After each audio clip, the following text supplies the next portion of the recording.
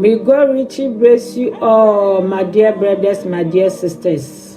May God richly bless you. Je vous salue dans le nom de Jésus. Je me suis blessé que vous êtes bien. Bichobia Christo dimo. You know what Yesu Christo adom binti odi nyina ko abetu ende Saturday ayadom. Oye dit c'est le samedi, c'est la grâce à le Seigneur. On a qu'à remercier pour tout ce qu'il fait pour nous.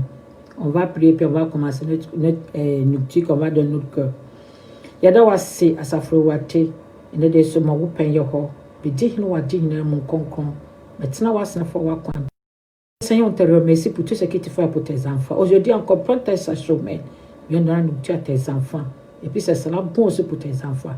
Je te connais que tu seras bien fait. Prends nous là pour donner leur cœur, pour qu'ils vont quitter sur le péché. Prends nous pour les sur tout péché que c'est sur eux. C'est toi qui as des parents pour donner à tes enfants. Ils sont auprès de toi, Seigneur. Ils te demandent pardon que je deviens faire ce qui est bon pour tes enfants. Pour tout ce que tu fais aussi. Je te remercie. Amen. Amen. Et là, il y a des voix de Jésus-Christ. Aujourd'hui, on connaît notre Seigneur. Il a fait bonne chose aussi pour nous donner aujourd'hui. Et là, il y a des voix de Jésus-Christ. Il y a des bébés, il y a des brabum. Il y a quoi d'assis d'appel. Il y a des ben, quand faut ben, et toi, il y a des manons. Ça, quand on se coucher là, ça, quand on remercie le Seigneur pour ce qu'il fait pour nous. Aujourd'hui, il y a beaucoup qui sont partis, ils ne sont pas plus élevés. Mais aujourd'hui, on va causer, on va se connaître, on va se commencer, on va causer pour savoir, on va pour apprendre comment pour ça faire pour se soutenir dans ce chemin où nous sommes dedans. Et là, je vais y dernier bois, il y a un c'est vrai. On boit ben il y a wom. Nase, monsieur que c'est beyiru, c'est le c'est si we yon abreso ana. Ana wo nase. Na wa se wa adwene wa yenya mebi foforo. Aujourd'hui encore, tu vas s'asseoir. Pour que le Seigneur va venir prendre son grec pour te gâter, ou bien tu vas s'asseoir pour te réfléchir, et puis tu apprends bonnes choses aussi pour refaire. Quand tu te lèves le matin, là, qu'est-ce que tu as pensé? Qu'est-ce que tu avais fait devant avant que tu vas sortir? Qu'est-ce que tu avais dit avant que tu vas sortir? Et ne vous sorry à pas non. Comment ben vous ou dire en couple dit hier? Et que ton ben vous ni dit hier? Na kasa ben vous ni dit hier? On boit na ni guso aye boy ye ho kono. Et puis ça yi nim ye na aka, on sait pas la loi que ça arrivé. On pense que aujourd'hui le Seigneur va venir, c'est demain ça va venir. En seulement nous sommes se préparer pour garder. Ya boy ye wensi atwene ye wadi Christo. Ne maya osanya banesan kwana ne samba. Mami papa outie mi, on se sert dans waye. Ma sœur mes frères. Tu as pu pas comment? Aujourd'hui si tu dois que tu n'as pas pu te lever là. Tu es sûr que où tu es arrivé là, c'est bon pour toi. C'est non où d'un moment sorry bébé où tu n'es bois, c'est où tu on quoi dire où tu you know what Yesu Christo what vous soit c'est what training sema what genema le Seigneur a toujours nous attend pour qu'on va venir auprès de lui. Il nous attend pour qu'on va toujours rester auprès de lui pour attendre son parole pour changer dans notre comportement. You know what Yesu Christo what trying say be say fe ya kom bone ho ye ni ye yesu ya pan ayen na what say ayen na wo gina na ayen na wo me passa me bisa o say ewie mbiri ya boy ho alors que nous sommes dedans nous sommes toujours là à se préparer. Je te demande que ton préparation t'as-tu de te préparer pour avoir l'argent pour avoir tout mais où ton espoir ton esprit ton âme où il voit la t'as préparé là-bas aussi. Bébé on home ko bébé on cry ko bébé on sunsume ko ko boatan a o mo den na no so why ni den na no so ahoboa be na why mami aya ma wo re firi wo ho aboansam de why wise itu ebia na oja firi oja manimpa suivant le sac il fait que tu vas oublier que j'ai quelque part que tu vas aller, que tu ne peux pas plus te lever. Mais souvent, il te met des problèmes que tu seras retourner. Et puis, tu vas obliger le Seigneur, qu'il y a des seigneurs qui sont auprès de toi. Souvent, c'est comme ça le Satan, ils font. C'est son travail qui est ça. On va regarder un peu de son parent ici. Il y a besoin de voir Jésus Christ en assemble. On a chassé, ni yon dia, ordien ebekwa akwesi. Amen. Yahweh ya sembi wo Safania. Odi for Safania Safania iti baako odifa Safania homa iti baako ewade ne nsama oba Safania ne chan kuseba zikia ba jutania ba ani amon ba preso pra na mepra ade nyina fi asase so ewade asemni mepra onimpa ne aboa mepra owiemu no ma ne ewiemu akọ ne sintindua ni abonefo ne metwetwa nimpa asinesi ni abonefo asinesi na matena mensa amen asama Nyankopon oka kyenwo wo odifo Safania na asama Onyankopon osoma ma ne ba ne nkyɛn se pra nimpa abonefo ne sintundiafo obutwetwa wo munsimesima pra na oba bepra wo ya abonefo wo ye dibonyani wo do so taboni ni mu anasa wasakra toujours tiadanton péché ou bien tu as retourné dans ton péché. Le parent de Seigneur dit qu'il va venir en nettoyer sur la terre ici, enlever ceux qui sont dans le péché, ceux qui ne peuvent pas écouter son parent, ceux qui font de mauvaises choses. Il va venir nettoyer et tous pour aller mettre dans le feu. Il te demande que tu as des poubelles ou bien tu es un globe. Aussi, on va pra. Prana wo baba prasa asiso me bibi sa wo ya bola wo ya sunu asade bi ana wo ya san wo so wo baba prana me baba prasa asiso na metwetwa nimpa mu simesima na ma bobo an ma me pese bibi sa wo se prana owrade so wo baba pra awo nimpa wa asiso prana wo baba prano asase we it belongs to Jesus Christ anya me no wo de enti so nyamina asam so wo baba pra de na gina yie na de wo ntumi ya no ba party se wo be ye ni yie na wode bisa ho sai ne ya sawu wukɔfa wukɔdidwa na so wo ba wo fie a bola na wo fie ne sai ya wo yi adwane papa no wodidwa no wode ba wo yi de ye esi nkyɛn na de ya bola no na wa pro no na wa boa no na wo de ogu ade bia ye bola so ade mu akwakoto akwene saa ne ame so wo ba ye wo saa ne ame so wo ba ye inta wo so wo ye den wo so wo sakra wadwen wo so wo no hu wo so wo ma woni ba wo so hu se saa wo no wan hwe wa brabo su ye ya ye be pra waka sumno sa de bi hu ne yakotu wo egu ye twetwa wo munsimensima tese fo so bi eni hu.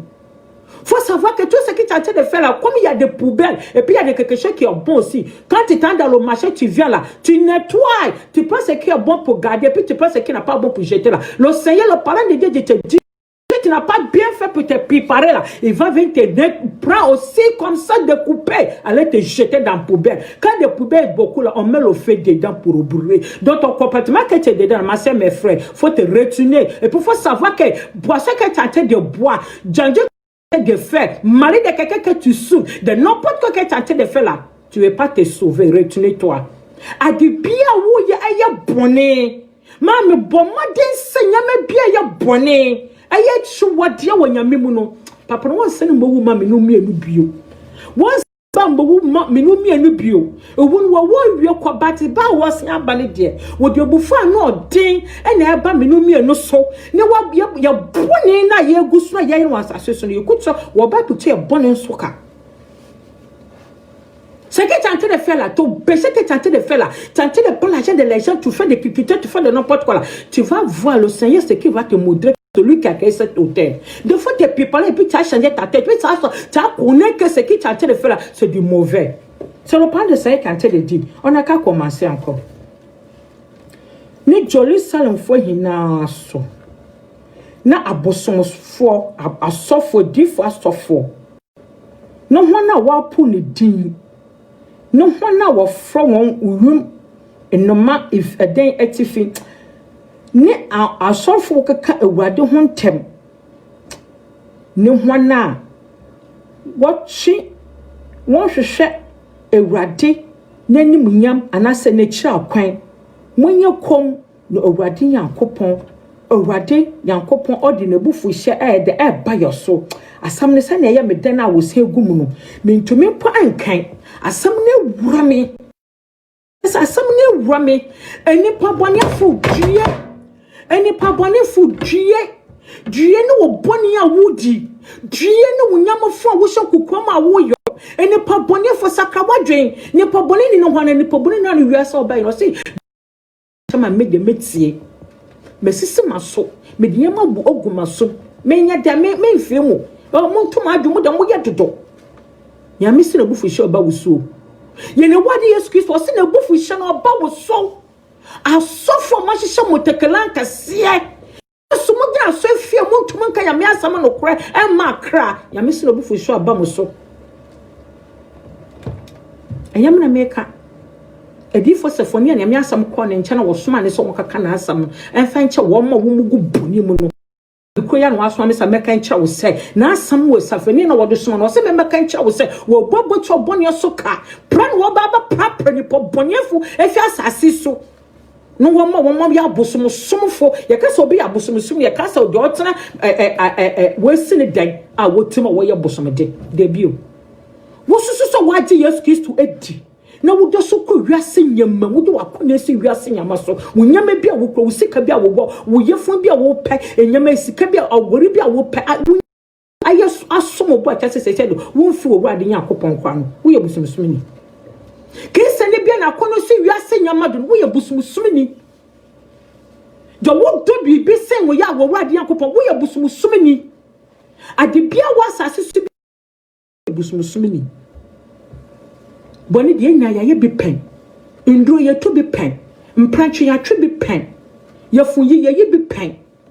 Ya fitan base se preocupe obrade ma ye ko wiase ko chi wiase asu wiase ne bi hwe ye. Wonni men san no men cha me vida me sie. Cigarette. Wo bon cha me mo risk cigarette pa. Me num cigarette me num san but ko do bebe no na nya me hwe mu no. Sasa nyame nya ye wiase jinjande a wo fun kwade manimpa enti nya nyame ya ko wiase a bonse ma wiase yan pen na nyame agya beso mo da chian no na o se ye maka na nyinta sam ya so de ne ya no mensa akọwiasa ye bone de wiase finna ya ye bi pen enti se ne nyame agye ne wo bi ne nyu ya na asem na o se ye maka na asem nkyira wo a ma me bebe wo tina bone na wo tim no me so me jama kanfo ye ne wa Jesus Christ amo se sakawadwen entinem na wo nko bone fi se me mitira he sa adom bi anso wu ya kan kwagye abome sa na adom bi anso wo so a ya me asem ba wo nkyan se wo so twon ho na kwagye ha de ambo yata ha mi afita mebo na ge prokupo yankopa nyin of abonsam gin fe baby ne nyame ja pesa mo de hwimi yen etis yata ni di me ho dance a yenim nyame bia ye de ni ho ato me so wa hwimi yen na wa gye yen a wa sesie yen wa menya ye de ye tie nti san ye kan fe ni wa de Jesus Christ amo se baby o bia fo na pra na kwagye ba ye wote hallelujah. You sentais le golfer le tenait son nom pour te dire que tout ce que tu as déjà, que tu te crois que toi, ça ne te connaît pas là. Nous-mêmes que nous sommes assis ici, on a fait aussi plus qu'à toi. On a fait beaucoup de choses par rapport à toi. Donc, si le Seigneur nous appelle aujourd'hui, il faut savoir que toi aussi, si tu viens là, toi aussi, il va t'arranger. Il ne faut pas penser que où tu es assis, le Seigneur ne te connaît pas, il te connaît. Ce que tu es en train de faire, il ne faut pas mettre ton cœur là-dessus. Mais le Seigneur dit que viens auprès de lui, celui qui donne, celui qui fait tout aussi. Il faut changer sur ton comportement, des conneries, des bêtises. Il faut toujours arrêter. Tu es en train de filmer, moi, il filme par rapport à toi. Tu connais combien de garçons tu prends par le jour? Moi, il parle de non pas de garçons, mais quand on dit garçon là même là, il fait aussi. Donc ça aujourd'hui, le Seigneur me dit qu'il m'appelle pour dire que venez de tu fais ça pas bon là. Il faut savoir que ce qui t'entend faire là, ça peut rien te faire. Ça peut rien te faire. Amen. Et lui a si bien ni lui a si bio. Bien ni lui a si oui bio. Lui a si bien ni lui a si oui a odu bako bien ni lui a si oui bio. On quoi dire bien nous pas. Et moi lui a si bien quoi duro. Je sais yadie tu ya so sa. Je sais yadie abandon nimpa. Je sais a doctor so kwadie nimpa hospital. Baby wo fi so wo yare wo kwa kwade ba ye wo do kwa na kwa say so wo yare na wo kwa be na do be fa so. Nti mra so Yankopon. Aujourd'hui, il n'y a pas de docteur qui peut te sauver, c'est seulement Jésus-Christ. Celui qui peut te sauver, c'est ton sauveur. Celui qui peut te sauver, celui qui connaît ce qui est bon pour toi. Si tu dis que tu es malade, que tu vas à l'hôpital, que tu as un bon docteur là-bas, il faut savoir que le docteur qui est là-bas, même si tu n'as pas fait attention, ça va te tuer. Parce qu'il travaille pour Satan. Il n'a pas peur de ça. Il n'a pas peur de Seigneur. Il ne connaît même pas Seigneur là-même. Quand on dit Seigneur Jésus-Christ, le docteur, il ne connaît pas lui. Parce que son travail qu'il fait là, ce sont pour te sauver. Le Seigneur qui est là, il a besoin de toi pour tous les jours auprès de toi. Parce que celui qui t'a créé, celui qui sait que ce qui est bon pour toi, il devait te donner et puis toi aussi tu vas reçu. Viens auprès de le Seigneur auprès de toi. Ma soeur, il faut venir, mon frère, il faut venir. Il faut te changer. Le Seigneur auprès de toi qui va te sauver. Il ne faut pas dire que ton péché ne te connaît pas. Ton péché te connaît. Ça cause de... Vous voyez que de venir te dire qu'il faut te changer ton comportement. Il n'est pas venu pour venir, venir pas celui qui n'a pour dire que moi, il ne fait pas de péché, que moi, non, il est venu, c'est à cause de toi qu'il est venu mourir. C'est à cause de toi qu'il est venu se citer, il est venu t'acheter avec son sang. Il y a encore pour moi, il faut bien me y en a bonne. Il y a un petit, non, what do you want? On croit du home, no. On croit du home, moi, si, il y a un nom, il y a des pères, il y a des anneaux de paiement, il y a des muno ya ja pema konkwagiem ye ne wade excuse to wafa wo ma wo saso wo fa ne wo kan waje nkopɛ no no betena anye ensa wo chinkɔ bonini mu amo wo kɔndwo wiase nyama amo wiase mebe ntwe wo nkɔ bebe wa ya kɔdwo na ye papa na wo ne tere wanya wo ade no twon ho wo be wo ma wo so awu bɛma no tata wo na wo bɔ papa bi a wo so ogi twatwe no kwan no twon wo fe ne nkyɛn nkɔgye ni wo ma na fa nyame asɛm na twebe ewade do ntina ndo wa bete na asem wonyi nsan nti wo kwa bi mane wo ho wo bu adwom nti wo koyi enkwankwayi wo no wate oye nimpa na pemka ne yakopan baje wo so wo baba pra na me baba pra ni paboniefo ne sintiduafo wo baba ya me sintidia boni achi so wo saso akoye mumuyo jai na asam ya me dododo asam ya me da pa asam ya me te ma hu kwan me nyame asam no wo mu no faut toujours changer, faut quitter ce de n'importe quoi qui n'a pas bon. Faut même pas arrêter pour attendre quelque chose. Faut même pas que quelqu'un va te dire que le Seigneur ne t'aime pas. Le Seigneur t'aime. C'est à cause de toi qu'il est là. Il t'aime beaucoup même. Et il est venu à cause de toi. Also, betu tu n'es pas fait assassiner ni et wada semini. Ça, Judas so, ni Jerusalem, fo yina so. Ne metra bar amonya. Na abosomfo asofo. Ni ewade asomfo. Wa pono ni din efi ni egu. No hwana wo sore wimu noma. Adan yetefi. Ni asorfo a waka ewade ho ntem. Wakaka miko ho. No hwana wo sore fi ewade nchen. No hwana won hwehwe ewade. No won bisa na chi kwan no. Moye kom ewade yakopon no bedi. Ne ewade dan no abe. Ne ewade sese humfo. Wo hwu hwana wafro ho. Ne ewade kuma foda. Metwe makoma ne ahenemba. Ne hwana wo hye na nafo ntare nyina so. Ah, watare bi no wa hye na basabi no. Na nafo ntare o. Atade na wo hye wotumu nyina ago no. Na nafo ntare. Atade na wo hye wa hye atade wi so fomi na dro wo no. Na nafo ntare jai enhye. Papa, atade na wa hye no twetofisa fisa no. Waso wa baba pro wo ku gyamu. Safani eso wa baba pro. Anana fonta ade bi na wo hye na wo na ago abonten no. Ayana na fonta ade. Akabe ye fese Christian de watado biara no obi hu otumu se brede wo ye Christian. Sister wo ye Christian. Na fata ade so wo hye ye. Na fata ade wo hye o se meka nche wo se. Na fonta ade waso wa baba pro mo pra me baba pra. Safani no kan yo ya me no osoma no osoma me so me kan kiro una na fonta de na mo hya no na mo tofise no mo o se me kan kiro se wo baba promo wo kukugu gem etwetwe mo musima so fo no wo ta so afie ho no na wo hu bra bi a wo bo no wo Sunday be wo mo to collection be se dia wo ho no wo wo ti fie ho no wo nkwaje hia no wa ma so de wo ba be sanitize no awo so asandi ene Bible so baka acham so matade a misha enye so baka acham adabi na meti obi o se maba wo bi sa sofo na ogina so de mu ho no o preach do ka che wo nyina baba wo na hu se wo mu ye youthful enye no kwakwana na wo mu nam so into one your ball was off on so catch and say, I didn't tell Bible just say, trousers and ye makeups and yet. Now, more come almost just anti, then about solid demo, want to minka. So for say, Miss Ressa may catch her more. Bubeja asol if someone more so de mucha crabba. Man says, yan near crabba. Yan you to finish the domain to test the yan and sana yenum, you to me pure carbon took or transabetina, I saw the any one nom, you to me be beer, be a gallet be one kind train. So one who said the yan is saying you to want to munka. Nam Sujo. You to from the gas bio, no one more can. And a meet see ye, Miss okay.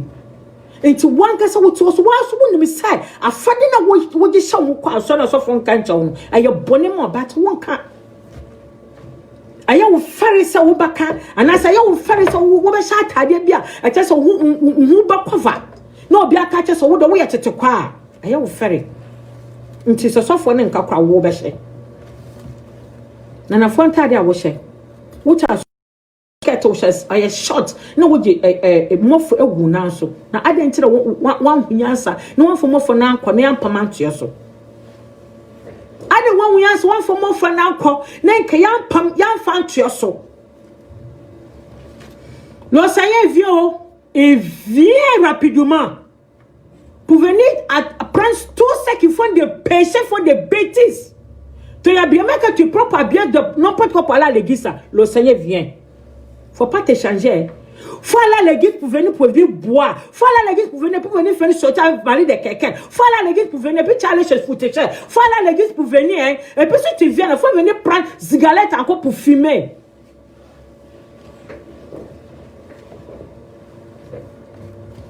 Yen hwe mienu no so. Oso monka mo homo ano. Ane. Monka mbo ano. Mma wonu wu asem. Omma osayeta. Adane esuna besantate. Momma owade abufu hyo amma mo so ansa. Ane. Momma owade abufu dano amma mo so. Monhwehwe owade asase sofo a. Mompa mo ho ase hina mo a moye atamide. Monhwehwe trene. Mohwehwa ho brase pia obokra mo ewuade abufu dan na kasa beyekura wecha na aska aye okrofun monka mo ho ano iwiase ni mpai monka mo ina boano awiye na ben monka mo ho boano na monwene mfi obufuhwo eba ho iwiase fuai safani anu mokeso ase monka mo ho ano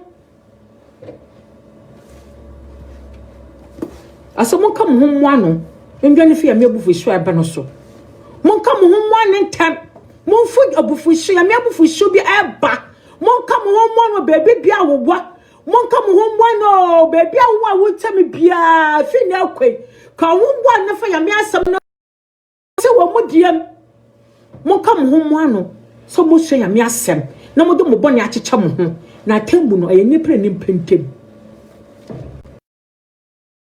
pentem monka mo homoano wonwe bi wasem nso wo monka mo homoano na montrase na monka mo hombom wa bia konenti asiem wonwe bi ho kire na wo boboa no de wo homo do de yeriyam wo be ben no na di komo monka mo homoano ana wate monka mo homoano wo kan Matthew 25 wo baby jo kona o se da wanya mo nwunwa mu kuma bi no wanya amame into wunwa no wafom na wunwa na waye wade aye yo no fa che no monka mo ho ano mo mfepoye ni atoye na mo metena nyame asem mo hwe nyame asem mo ndi ne so na mo nyame asem ne ntsam mu laissez-vous ensemble et puis on a qu'à vous aimer de tout ce que ton ami t'a fait faut toujours le laisser par rapport à Dieu. Même s'il n'avait rien, il faut le deux. S'il n'a pas habillé, il faut le donner. S'il n'a pas l'argent, il faut le deux. S'il n'a pas nourriture, il faut le deux. S'il n'a pas travail, il faut le deux avoir travail. Mettez-vous ensemble. La Bible dit que mettez-vous ensemble. Vous aimez. On n'a qu'à vous aimer. Ne vous critiquez pas. Il ne faut pas dire que ce n'est pas ma soeur, ce n'est pas enfant de mon frère, ce n'est pas enfant de ma maman, ce n'est pas enfant de mon nom. Nous tous, nous sommes la même chose. La Bible dit que que ce que tu n'as pas fait dans ta CPT, tu n'as pas fait aussi pour lui donner. Au moment qu'elle était malade, tu n'as pas encore regardé. Où elle avait fait, tu n'as pas donné l'outil. Où on n'avait rien sur lui, tu n'as rien, tu n'as pas couvert lui. Et puis la personne va demander que le Seigneur, c'est quel juge tu n'as pas vu et puis il n'a pas aidé. C'est qui tu n'as pas donné à ta soeur. Tu n'as pas fait ça à moi. Mon cas, moi, non. Na mon tu mon fait bonne. Mon cas, moi, non. Na mon bata trusam. Mon cas, moi, non. Na mon journey fait bouffou share a ban home. If in the look was a 1 year junior me asa. If in the look was a 1 young when Yamina ye can't for a mona. If in there was a 1 young thing, I may be a didn't want dance na. Or some can't you say, Mon come home one in journey fee, and me a bouffou shona a ban. Amen. Uncle said, I've been an empire. Obiano. Yentia Musa. Yentia Musa. Yabatan Hanma Yanka Kamusa. And to one day, but over fast about that woman. And to one day, in Poda, mammy, your son shall some at home. Open shall some at and said, shall go on a 10. Said they do free Yamil. Obi shall some at it. Was so contented to a cutting it, so I come out in when you made it. Bama won it 1 year and hardy. What for be when he been winning before the move? When ya miss when you move, as some I didn't nature when you move. Some would say some back one when you. No, Mark, one of the moon that moon says, and I credit the moon says a mill ratty. You say me na JBB Johnson of JBB a minute domuno, so we go be one some show mu, so we will bring one a man train, so we will be a bonita and me.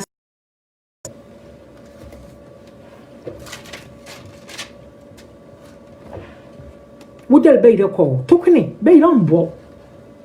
Maybe I would a bar, and so who woman we are Burma. So one pen, one no one do one thing maybe man quite the bubble. One pie, let a show so very fair. I don't know what to me. I do.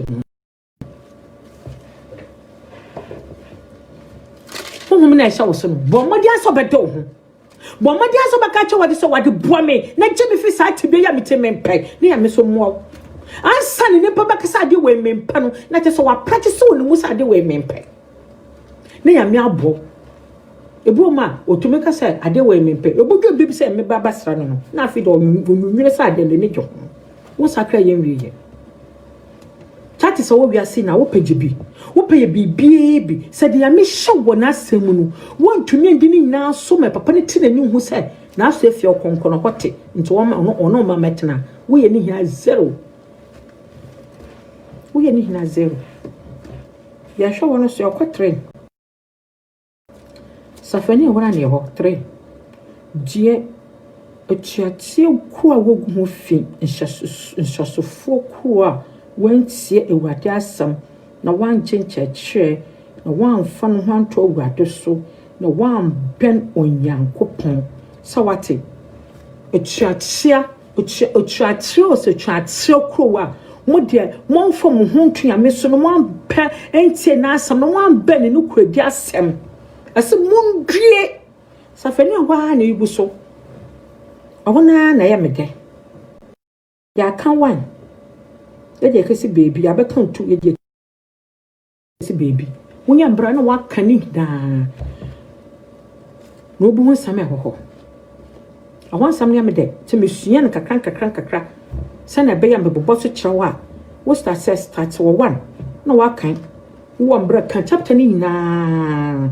Safania the R2 up me 3 1 2 3 into William Brennan what kind the woman same ho ne pebo mo ye suatra ma cha say the win onim no obia no to mfa yame asame convince no na come no ketan we prove to the stand say the one nim no obia to mfa yame asame convince no ma me due papa due Mami due papa due.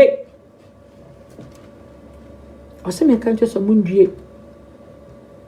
Onyankopon na asam nsi na twetwe. Wontum fo wa brabo na wo mu no. Amese senya me na asam a onam ye no won to me fa masesa won to me fa sutan tabi na wutim no emba makasa me de me ma brabo ba basesa ne me ma twa wa hye wo da bi you should na some shahen na yinsie nimpa onimpa bomu wonim ne kwa na pa so ye pretender otutuna na mo si nimpa na mo due hyiatra wonimpa so wonyo safene no no kase no me se wonya mbra bo modin me de mabobo so akyerɛw emre ne nti mabobo so me start to 1 me ka kosi baby ma ba kan 2 akosi baby bra aya out to 3 1 to 3 aya 1 2 to 3 nyambre na kani na no bu nsame akoko yada you know me didn't do it tu sais que ce qui est en train de faire c'est pas bon mais ma sœur tu vas le faire mon frère tu vas le faire tu sais que ce qui est en train de faire c'est du péché pour le Seigneur mais tu vas le faire le Seigneur te dit qu'il faut changer ton comportement sinon où tu vas aller ce sera mauvais ce sera plus mauvais par rapport à tout. On me dit so ye wo suatra me tese ye woni pa bi wo mo no wo pa tese on wo ye person wo hye life na braba wo mo a enye de obi beka na obeti wa fa na wa kwa ne nkyan kwa no ne kyame aso wo ngene wontie asem obeka a kire won ye hwe bibie e wa de Yesu Kristo wo ba wo begina so me fa abonefo na ekọ akwai sa wo wuti wo dum wa to school na wo chowo madie Abraham best start some bobo no do be the first over fa no second third fifth podi am abo wo mfa no the one you wodina bakọ the one born or ta so school one mo na wo ndi mo hworo bata na aka wo ma no ana ya kase twusu nimpa a wo mu di first second third na the odi fourth na hwapa wo mfa no waka the fifth no po wodina aka ho na the one born no so wodina baka wo ana saa na tie Sanity, what Yesu Kristo ba oba won mo fa boniefo na nefo won mo pa omu hwachi won mo ahu watade fita wo gwambo no boje ni mu ama na tai konkon sankofo no ware ba befo o mako etu susu ni wiase wo ya wotim no fo wa wo ho susu ni wiase wo ya wotim no fo bo wo bo susu ni wiase wo ya wotim no fo se wo bo na beju mbra mbe kuma bi emitia ba bi emekakra bi wo ba da wo nyina eja na wako yes bia na mi say me te hanumi your name wo kodi for pa no so wo so botum Facebook kan mi say me preach a obetena sa akasa ewrade sa wo fa de atete apro asai na wo de ahye ho anumunya me te hanumi me fa dan for madam for wa wo hwam lifestyle na me wo mu no a madam fo nya ya mema me twa me ti na wo so podo wo ya ben wo bibio wa na aka kyem sa wo pame wuntumi dan so me na wo mo soma me ma me kwase ma wo me life ba kasa gay dia na boya ma sam debi madam fo ina ye mema se be because wo for bad and for de bia wo problem entam no wo kam ya na me binya wo ma bo kata ma bo pochi se sore yanko ye bo kwa ko se me am peto me ya bo pupa won't me mbome so mani ade mebu wote sam me di wo chi bekafo mebu pa enso de se na ya me ayeme nti wo ne me ntumi nje wana me na me wa so ne fie na me se wo ma che na ma ba betina fie abeji me Guinness papa bi esi ho na ma je me jot aka ho na mama kwa so ma che da den nti me ne ya me age me wo ne me ntumi nje ya fa bi me pen ye chi wiase we bi me pen ye da ye ho pen ye da fichi ye ho pen ne ya me age me a ate so wo so wo becho mbu ho abonfia kasa wo de aminimu kasa wo de amiapu kasa wo de amia we you Friday bi wodo wonti no asam sam kan kiro sami vida miti ya me atumi ayi me se dia ande wo so betumi ayi de chance a wo kam ya me mfencho juma me de betu no nso ndai ma be ti se nsu yunyu ma esa ma be ti se just say my before cry to the stand said obi ye bibi kwa hesa mi hunu nye ayanyame dunso na wudi na chi won tumi mo nyame kotro betumi abo na so obeto se aka ya me asem a na wapra na wabetie bi na wo ya foto so na watwe ho evidence no e wadudo no da wo do ma wunti yare abo anka wo so wuwu is papa we ya ma wo taso tiase eno obra wo kwada ya no wo me tonfuna kabechi na adamu no tumide na pende wo so le ba wo so me bes apansa wo na me papa se debi mema me ma me bra ya me do papa bra ya me odo mais ça mes frères le Seigneur te vous aime très que m'aimer là c'est la même chose vous aimez aussi c'est que moi ça c'est vous ce qui est fait dans ma vie où j'étais à Côte d'Ivoire ce qui j'ai fait dans ma vie et puis le Seigneur m'a pris et ça aussi que toi aussi le Seigneur a quelque chose aussi pour toi faut pas te dire que le Seigneur t'aime pas il t'aime très mal aussi viens auprès de lui tout ton bagage que si tu faut venir avec ça il va te changer il va te nettoyer. Faut pas te dire que moi, ce qui j'ai fait, c'est trop beaucoup que le Seigneur ne me connaît pas. Il te connaît, c'est à cause de toi que je suis venu.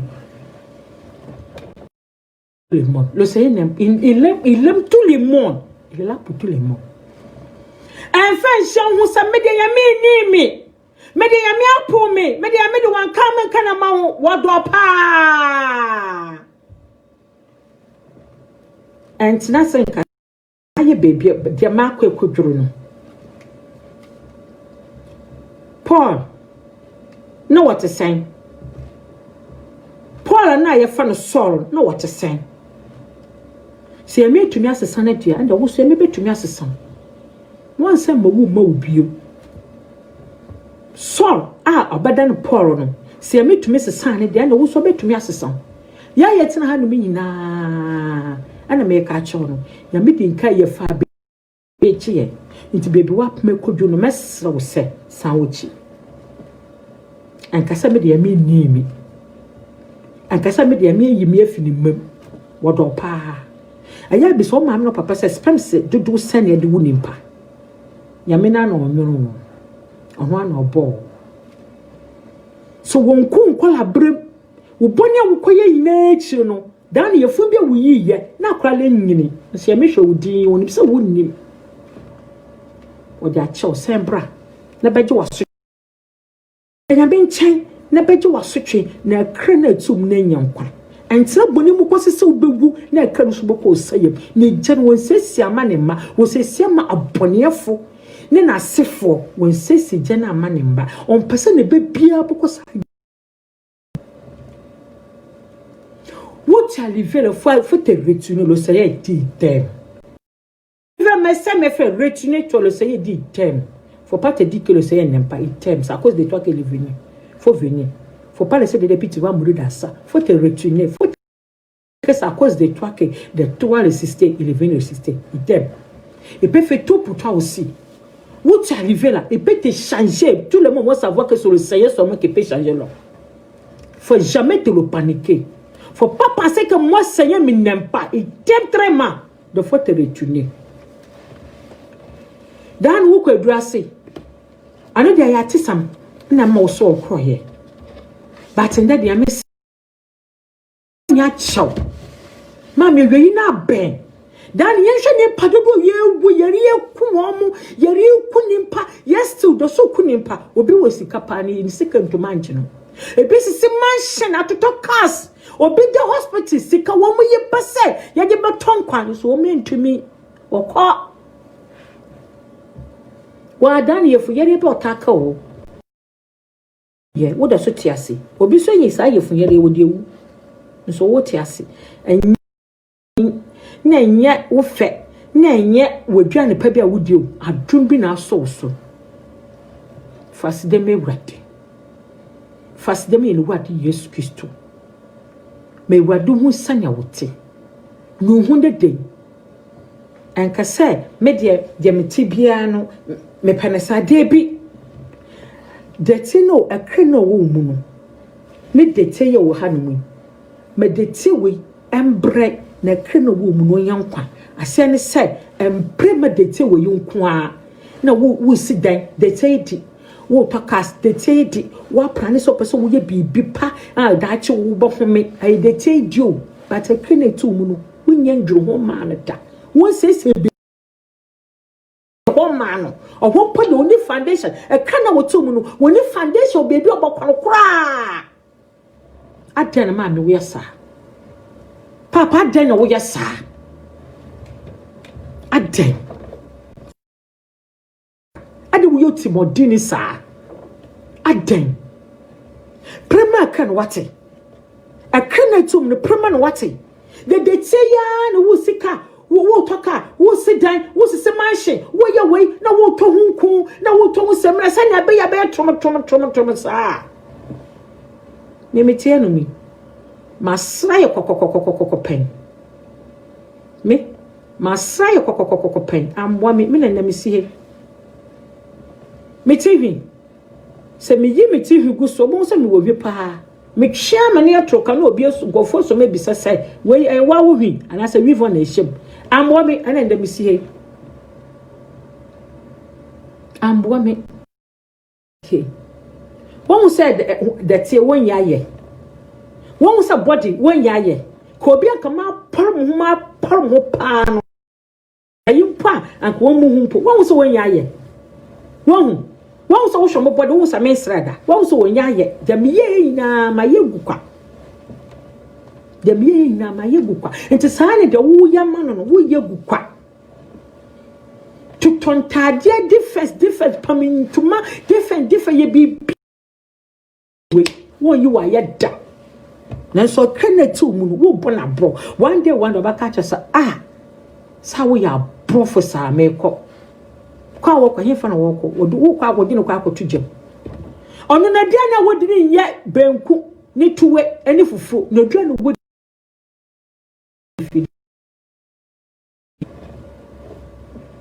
faut pas toujours laisser mes frères, mes soeurs, faut pas toujours laisser dans ce monde pour dire que je veux chercher tout ce qui s'est dans le monde. Je veux avoir d'argent, construire maison, acheter des voitures. Tout ce qui te fait, c'est pour le pot. Mais ton esprit qui est dans toi là, ça te lui fait du mal. Tu n'es pas dans le parole de Dieu. Il faut chercher où tu vas mettre ton esprit dans toi. Il faut chercher où tu vas le garder. Tout ce qui t'attend de chercher dans ce monde là, c'est pour le pot là. Il n'y a rien dedans. Tu vas acheter des pommades, des bonnes choses pour nettoyer de peau, mais celui qui est dans toi là, et puis il fait que tu pars, tu vas, tu viens là, tu as le fait de mauvais pour lui. Il te demande pardon. Il faut acheter de bonnes choses pour lui aussi. C'est lui qui est bon pour toi. Mais tout ce qui est en train de faire, ça ne sera pas bon pour toi. Il te demande merci. Aujourd'hui, le plan de Dieu est venu auprès de toi. Il faut connaître ce qui est bon. Et puis ce qui n'est pas bon. Il y a prévu à se y mettre. Au bout de mon amour, quoi, tu me sais, où tu me n'es pas bon, ni chia. N'a quoi, vous bravo. Où tu me sais, que le mono. When you're in the where you the whole week now, but quite you city. One person will get a time about one damn po. Now, no, I can say, home, week now, but quite you city. I can't tell you more bonapro. Obo krabo onyankopon hiro no ye okase na sama ba wonchen onyame hiro no nkoso hiro no ye okase lo sai na kate beni na katu jute beni aussi pour tout ce qui aujourd'hui sont pas les 20 du là na katu il sait que tu as toujours attendu, il sait que tu peux jamais faire tes trucs, tu vas le faire. C'est la contente. Si tu veux faire ça, le Seigneur sera contente. Il faut garder son parent dans toi. Et puis il faut retourner dans le péché. Il faut marcher dans son parent. Aujourd'hui, si tu dors, que tu n'as pas pu te lever là, le Seigneur va venir auprès de toi pour dire que tu viens auprès de moi. Mais son fait là, il n'a pas créé ça pour ses enfants. Il a créé pour... Il faut savoir que tout ce qui te fait que de mauvais, le Seigneur n'a qu'à te bénir. Parce que tu es. Si tu n'as pas encore connu le Seigneur qui est en train de parler de son affaire à toi là, il faut sauver ta mère. Il faut dire ce qu'il veut dire aussi derrière moi. Il faut dire, Seigneur Jésus-Christ, aujourd'hui je te remercie pour tout ce que tu as fait pour moi. Il faut dire ton nom. Aujourd'hui, moi, Vaida, le Seigneur, il attendait ta voix. Que tous mes péchés qu'il fait, c'est du mauvais. Je te demande pardon. Que tout ce qu'il a fait comme tu le péché, j'ai volé, il a fait voler. Seigneur, pardon, il te demande pardon, qu'il faut faut refuser mon péché pour moi. Et puis tu as me gardé, puis tu as me nettoyé avec ton sang. À partir d'aujourd'hui, il va faire bruit. Je sais que Saint-Esprit, tu vas m'aider. Et puis il veut soutenir ton parent dans mon cœur. Je te remercie pour tout ce qu'il t'a fait pour moi à partir d'aujourd'hui. Je vais toujours rester avec Jésus-Christ. Il faut dire que Amen.